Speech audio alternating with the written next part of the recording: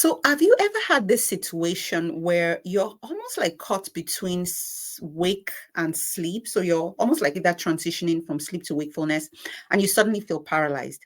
This is what we call sleep paralysis. It is extremely scary. And most people, when I describe it to them, know exactly what that is. And that's what we're going to be talking about today. Hi, everyone. I'm Dr. Funke Afolabi-Brown. I am the founder of Restful Sleep MD, where we help children, young adults, and their families improve their sleep so that they can thrive and reach their fullest potential. So, I wanted to cover this topic because I hear it and I see it a lot, especially in teenagers. And we're going to talk about why very soon. And this can be an extremely scary experience. And so, we're going to talk about when you should be worried if you or your child are experiencing sleep paralysis. So, to start off, what is sleep paralysis? Now, this is an experience, literally very scary, disturbing experience, which occurs when you're transitioning from sleep to wakefulness. Most times, it can also occur from wakefulness to sleep, and you find yourself feeling unable to move or speak. Essentially, you feel paralyzed. It is extremely scary. Most times it lasts just a few seconds, but it feels like forever. Sometimes people report having hallucinations. So they may feel like they see a dark shadow or they're hearing a voice around the time it happens, and they really literally cannot move. And we're going to talk about why and what causes this. Again, I see it a lot with teenagers. You can see it, in adults as well, but it's more common in teenagers, and I'll tell you why in a moment. But why does it happen? I think we're going to have to go back to the basics, which is what happens when we're sleeping. So remember, when we're sleeping, we're going through different stages of sleep.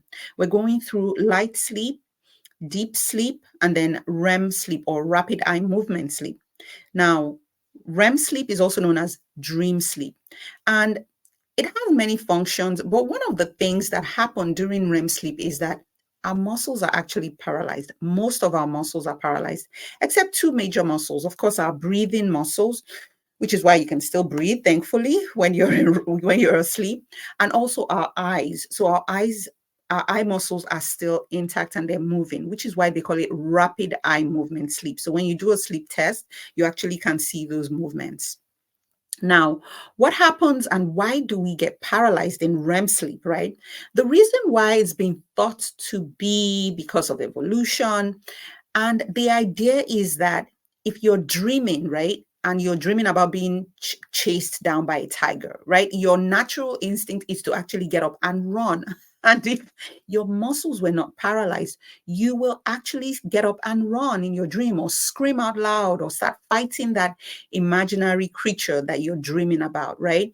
But that oftentimes doesn't happen. If it happens, you actually have a disorder. They call it a REM behavior disorder, right? But most times your muscles are paralyzed, you're having this disturbing dream, but you're not acting them out. And so that's almost like nature's way of protecting us. So you're having that same exact experience where you're paralyzed and unable to move, but you're awake. So that's the sleep paralysis. So it's scary. It lasts a few seconds, but it feels very disturbing. Now I'm going to talk about in what situations do we see it? There are a few situations I see it frequently. The first is in conditions of sleep deprivation. So this is why, remember, I talked about the fact that it is more common in our teens because many times our teens are just not getting enough sleep, right? So they might be sleep deprived. If people are sleep deprived, then you're literally shortening your sleep. And in my mind, it's almost as if you've gotten to the point now where almost like pieces of that REM is kind of protruding into your wakeful state. And so this is something that's really common. Another time when we'll see it can be if you have a very irregular sleep-wake schedule. So for some reason you're awake all night and then you're trying to sleep during the day, or your sleep schedule is just really wonky. That might make you more prone to having sleep paralysis. In some situations where there's a lot of stress and anxiety, we may start to see it show up as well. And then finally, when should you be worried? I would say I see it in patients that have a condition called narcolepsy. Now, what is narcolepsy? Narcolepsy is a chronic neurologic, meaning a brain condition where you have this almost like an uncontrollable urge to sleep. you're getting enough sleep, but you're still sleepy. You feel like you need to sleep in all different situations. Many times, if you have narcolepsy, you have that excessive sleepiness. You might have the sleep hallucination, the sleep paralysis. You might also have hallucinations. And then you also might have a condition called cataplexy, where you have loss of tone, especially with strong emotion. You don't always have to have cataplexy, but sometimes you do. So I'm listing those things out. I said excessive daytime sleepiness, sleep paralysis, you're having hallucinations, either visual, what you're seeing stuff before you go to bed, or auditory, you're hearing stuff before you go to bed. You're also most likely having this fragmented sleep, and then cataplexy may or may not be there. So if you have two of these symptoms, if you have three of these symptoms, if you have all of this, I want you to literally finish listening to this video and make an appointment to see a sleep specialist, or at least speak to your doctor. It might be narcolepsy and you want to get tested for it, because it is a condition that's treatable but can be very, very serious. Okay. So that's a situation where if you had sleep paralysis, I would say, you got to get checked out, because it might be something else. And I see this frequently, especially with my teenagers, because sometimes it's hard to figure out what is what, right? So again, sleep paralysis, not too crazy unless it's occurring with all of these other symptoms. So how do we treat sleep paralysis? I think it goes back to figuring out what the cause is.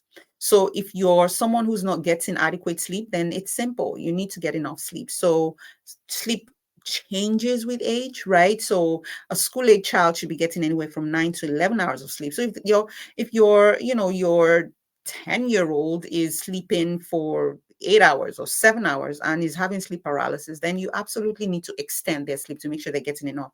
If your teenager is supposed to be sleeping 8 to 10 hours and is sleeping 7 hours or something of that sort, then you want to make sure they're getting more sleep, because that might be why they're having sleep paralysis. And adults, anywhere from 7 to 9 hours. So if you're noticing you're having more sleep paralysis, you absolutely want to make sure that you're getting enough sleep. And so figuring that out. So sleep extension, because when you do that sleep extension, when you get enough sleep, you're ensuring that you are no longer sleep deprived. And then you're also ensuring that, if there's anything else going on, you're able to now figure it out, right? Of course, managing stress and anxiety is always something that's helpful, right? Finding strategies, calming strategies, having a routine, speaking with a therapist if you need to, or professional to help manage all of those stressors that might be contributing to your symptoms. And then, I talked about having a regular sleep wake schedule. So making sure that you stick to it as regular a schedule as possible so that you're not thrown off. Now, if you have concerns about narcolepsy because of any of the symptoms I listed, this is something you got to check out and get worked up on. And the test we typically do is what you call a multiple sleep latency test. So essentially what that test is multiple opportunities to nap, and we want to see how soon you're falling asleep, and then if you get into dream sleep very quickly. Typically you shouldn't get into dream sleep once you fall asleep.